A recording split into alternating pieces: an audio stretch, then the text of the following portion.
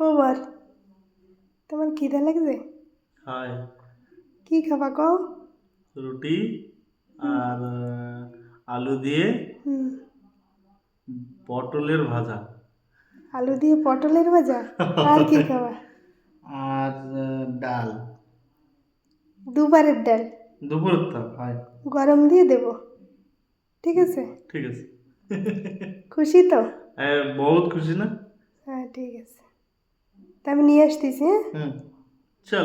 তো আমি নিয়ে যাচ্ছি রুটি, পটল আলু দিয়ে ভাজা আর দুপুরের ডাল। নাও তোমার খাবার। ওয়াও, হেবি সুন্দর খাবার তো।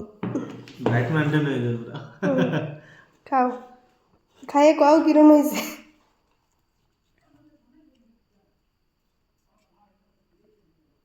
এটা হলো পটল দিয়ে আলু দিয়ে আলু দিয়ে ভাজা। ভাজা। হেবি লাগবে। ডালের সাথে খাবি।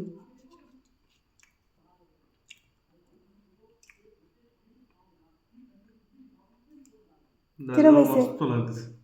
তুমি তো দুপুরে খাও নাই, ওই কারণ তো তোমার ডাইরেক্ট বজি দুপুরে খাই ছিল। না, ভোজি ছিল, ভোজিতে খাইছি। বজিতে কি কি খাইছো?